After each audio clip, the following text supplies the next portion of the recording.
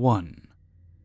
This happened about when I was 18. I'm small, 5'1", 100 pounds, long brown hair. I think I used to believe I was invincible, little dog syndrome, but that has now changed. It was a very hot summer day, and as usual we decided to float down the river and have some drinks and laughs. This happened in Alberta on a big river. You always bump into many other people floating or kayaking on nice hot days. I was with my boyfriend, 23, fit guy, and a group of about 12 people. We connect all our different tubes together with string and play music off a phone, and just enjoy the ride. The float can be 4 to 8 hours, depending on the level of water and the flow of the river. We probably floated about 3 or 4 hours when a few people became really drunk and started some drama. We had enough and decided we would just hop off and swim to the nearest side with the road and walk back. People hop off and ditch all the time, but they also have phones to call for a ride. We got to the road, had no phone, no clothes, just bathing suits, pink bikini, and his board shorts. No shoes, and it was hot as hell out. We started walking and the road was so hot I felt like my feet were cooking. Boyfriend seemed fine or just didn't complain like I did. After 10 minutes of complaining, my boyfriend agreed we would try hitching a ride to town or at least closer. He was from there and figured we might catch someone he knows. Not too many cars were out and finally a truck pulled over. We walked up and it was 2 men, probably early 30s. They looked fairly normal, maybe a little disheveled and dirty like they'd partied hard all weekend. The first thing that struck me, as odd, was they barely spoke to us and obviously stared at me. Like creep level. We didn't really worry and just wanted to get back to civilization and relax. The driver got out and opened his door so the back door would open, one of those trucks. We got in and he took off. We tried to make small talk, especially my boyfriend, but these guys acted like zombies. There were empty beer cans, like dozens, all over the floor, and I was starting to get freaked out. Nothing more uncomfortable than when people don't answer you back during conversation. The driver kept glancing in the mirror at me, and the guy in the passenger seat was leaning sideways to stare, and sometimes answer back when we talked. I was squeezing my boyfriend's hand in fear and kept telling him with my eyes, "Let's get the hell out of here." I don't know if these guys knew they were scaring us and got off on it, but maybe 8 minutes passed and my boyfriend told them that we would like to stop here. There were some random houses in this area. The 2 men looked at each other and one shook his head no and then kept on driving. We were mortified. My boyfriend was getting really scared and he told the guy to pull the fuck over a few times. A minute or so later, the guy suddenly turned into a back road that went up a slight incline and curved. I literally thought we were going to die. I've never been so terrified in my life. He stopped the truck and looked in the mirror again at me for probably a good 10 seconds. My boyfriend hit the back of his chair super hard and yelled, "Let us out!" The driver opened his door and then opened our door, and we got out so damn fast and ran to the edge of the road. He stood there and stared at us, looked at his friend, and then got back in and they sped away. I started crying and we hugged and calmed down, then started to walk down the road. Funny enough, we still had a ways to go, so we hitchhiked again because we thought, what are the chances? And we said we would only get in if we felt safe. An old man came by and we got a ride with him into town and told him what happened. Moral of the story, don't hitchhike. Keep a phone on you always and just make smart choices. We should have just stayed with the group. So 2 scary guys in the truck. Hopefully nobody ever meets you again. 2. My husband and I signed our first lease for a new apartment together. This story is primarily about my husband. We will call him John. When this happened, I was actually on a girls' brewery tour weekend, and I don't come into play until later. To understand the story, you will need to know that our apartment was on the 1st floor, and our front porch was directly in front of the parking lot. One evening after work, John returned to our apartment to relax and take a shower. We have 2 dogs, George Washington, a hot mess, and Carlton, a Shih Tzu. While he was in the shower, we heard our dogs barking like crazy, but didn't think anything of it. He got on his pajamas and came back out to the living room. When he came out, he noticed that there was sheetrock sprinkled out over our couch. He was confused, but the dog seemed okay, so he thought some of the ceiling must have started to fall. It was one of those insanely attractive popcorn ceilings after all. Then he turned to face our external wall, which faced the parking lot, and he noticed a hole. It looked like a bullet hole, but he couldn't be sure. He thought about calling the cops, but didn't. He went to bed with no more problems. Fast forward to the next day. John calls me and tells me about the experience.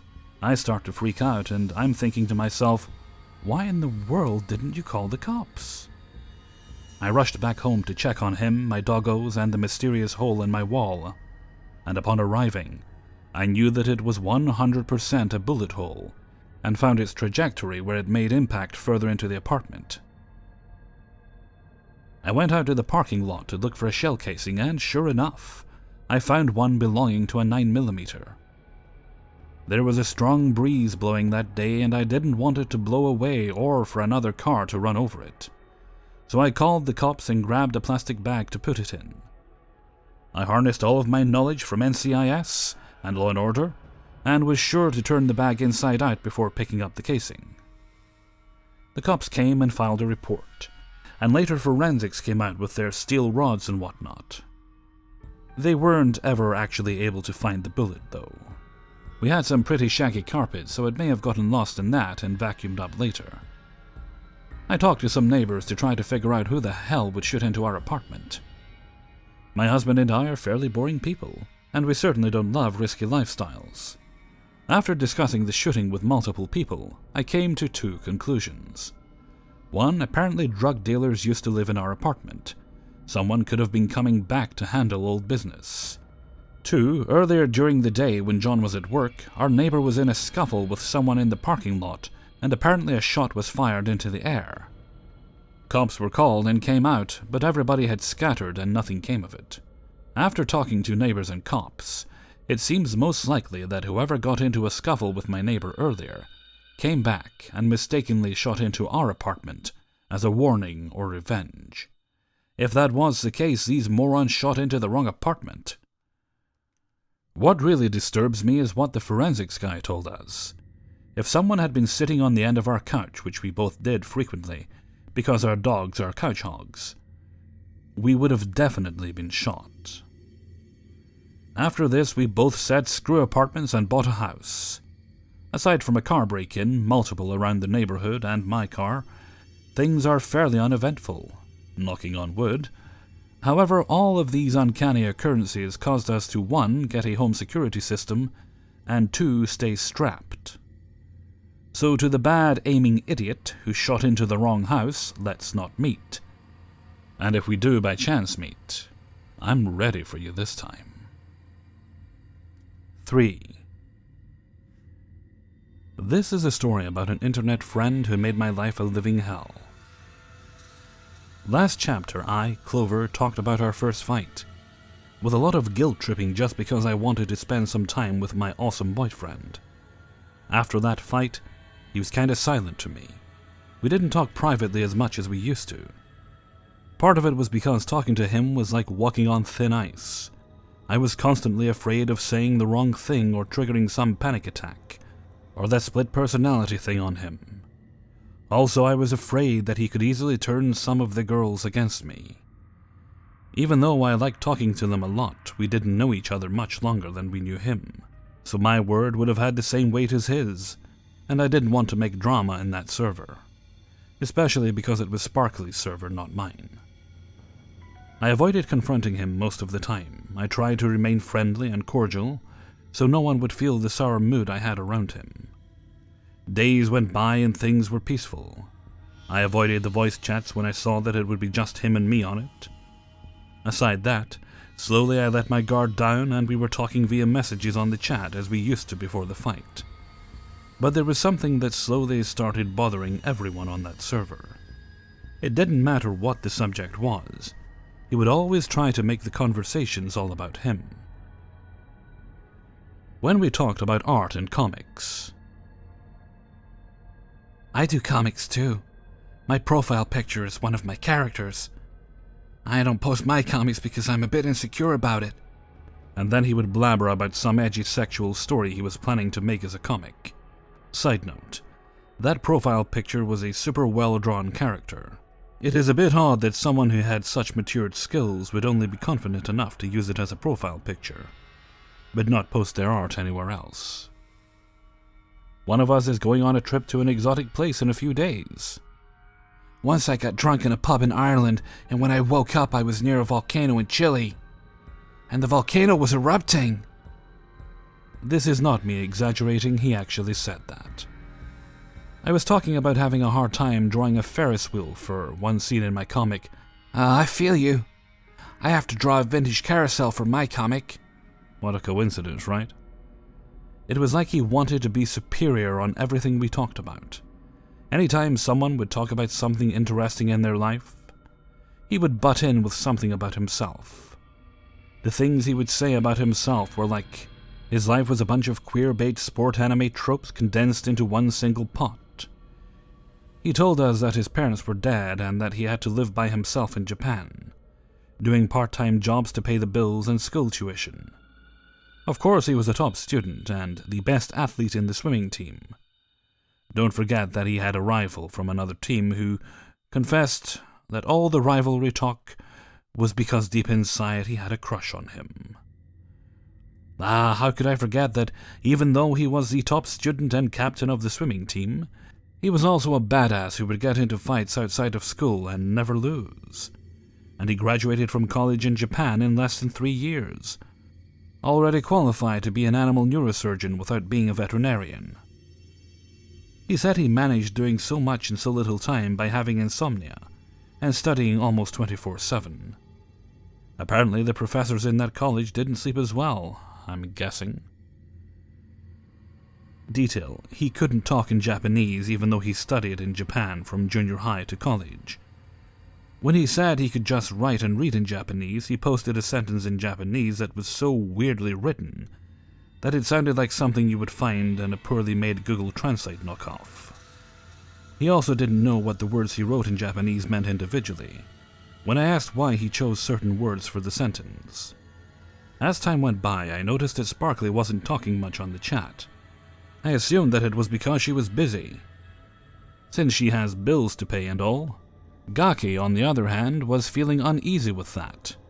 You see, it was one person less to hear his life story. He PM'd me one day, saying that Sparkly was giving him the cold shoulder whenever he started talking on the chat. I remember saying that I didn't notice that, but I pointed out that she was a bit silent indeed, and I believed that it was because she was busy. He insisted that she was being cold towards him and no one else. Well, Gaki, if you feel that way, talking to me is not the way to solve this issue. Maybe talk to her, but be nice. It might be just because she is busy and stressed, I said, rolling my eyes at his drama. A few minutes later, he said that Sparkly replied and he wasn't happy about what she had to say. He sent me her response. I don't like confrontations, but since you are being upfront about this, I'll be direct to you. My silence towards you is not your imagination. What happens is sometimes I find it hard to believe the things you tell us. So to avoid an uncomfortable situation where I would ask you too many questions, I just go silent and let you guys talk. When he sent me her message, I felt like she was being reasonable. She was trying not to make him feel uncomfortable in her server.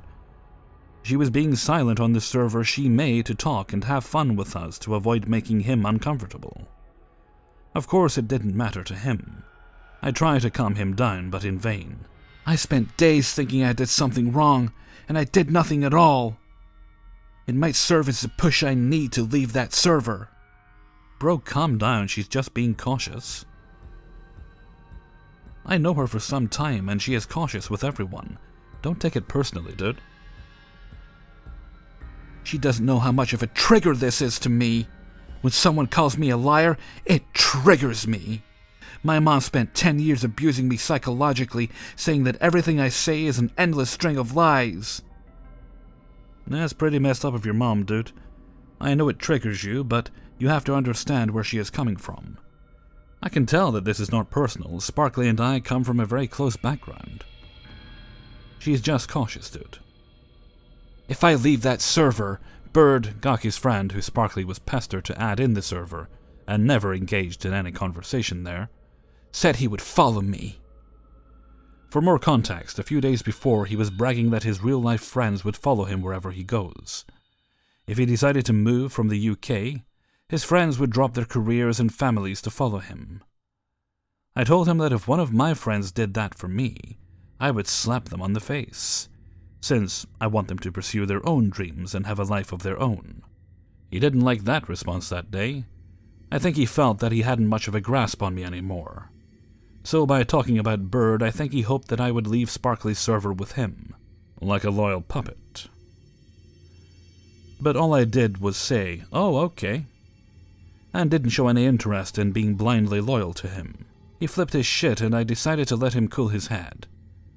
I also had gingivitis, so I didn't need someone being a brat over something this small.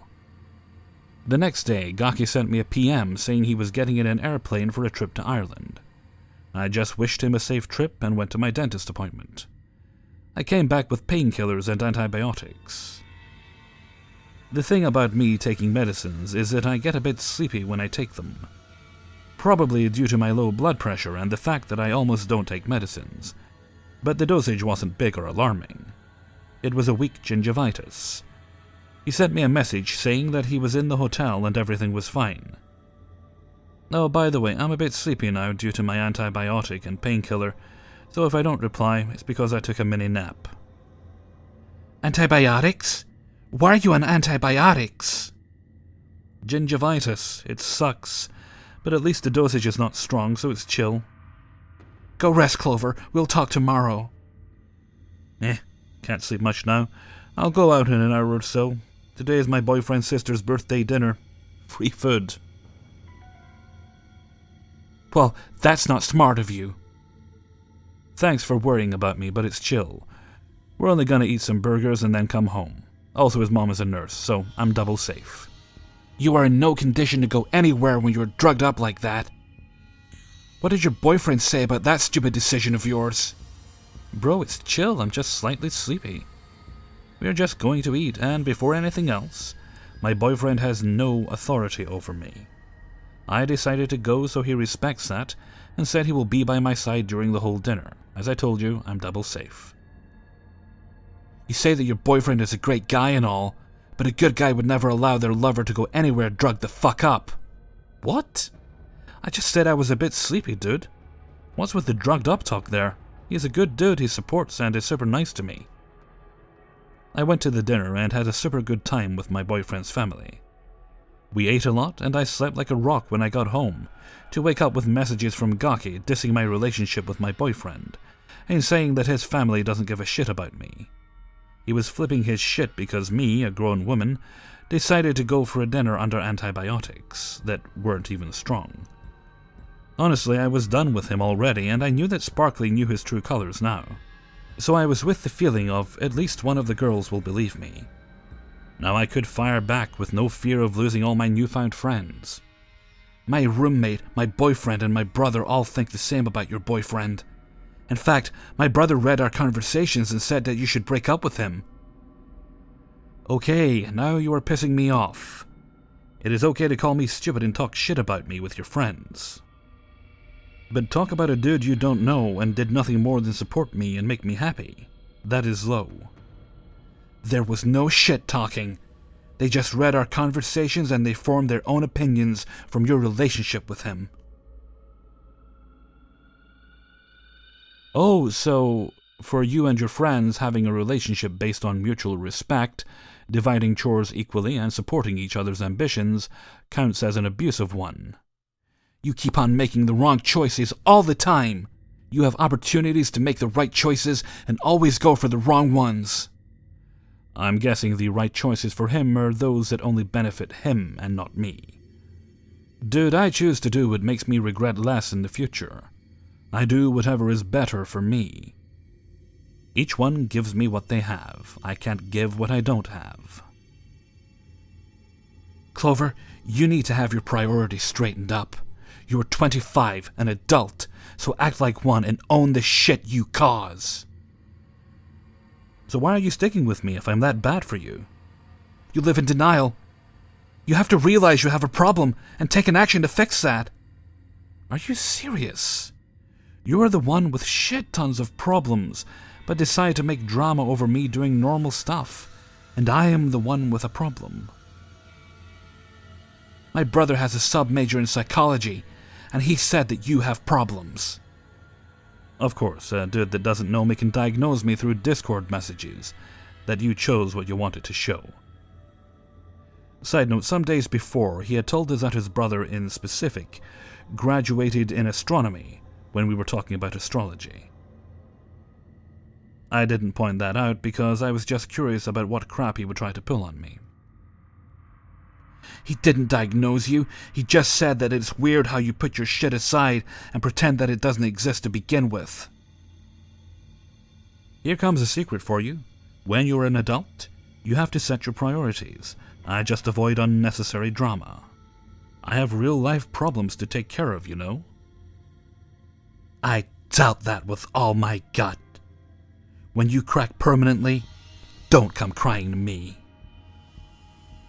Stay chill, dude. I won't. As if I would seek help from someone like him. I will only believe it when I see. It's chill, dude. I don't need you to believe me. If I'm that toxic to you, as you say, just forget my existence. Block me, or not. The decision is yours.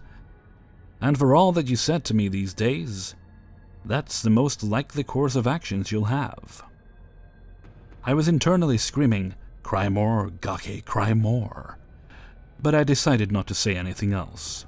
Otherwise it would be easier for him to turn random people against me. Which is one of my biggest regrets about this whole situation. I wish I had been ruder. I took screenshots of this fight just in case, better safe than sorry. A couple of days later, we noticed that he disappeared from the server. When the subject was brought to light, I found out that some of the girls were avoiding talking to him, because the lies he was telling us all the time were annoying. I also found out that he did guilt-trip some of the girls with his PTSD, to keep them longer in voice chat. He mentioned that the thunders were giving him panic attacks during some rainy nights. At that point it was clear to me that if I did speak up about this sooner, no one would have taken his side. Now that he is out of the server, everyone is more open to talk. There is no butting in to brag about Wattpad anime fanfic accomplishments and drama. The server is now a peaceful golden age of butt jokes and webcomic talks. Hey everybody, Hellfreezer here, and thank you very much for listening to 3 True Scary Stories, episode 348. And thank you very much to everybody who allowed me to use their stories and sent in stories for use in this video. Got an annoying letter in the mail yesterday, telling me that they're coming to replace all the windows in my house. I was really hoping it'd be after New Year, but nope, they'll be here in the middle of December. So that'll be nice, having to decorate before Christmas. Well, at least it's done in a day, and then I'll have nice shiny new windows. My windows would probably still be shiny if I cleaned them a bit more often. That's a joke. Kind of. Okay, and with that, I'm going to head off for now. So until next time, thank you very much for listening, and take very good care of yourself.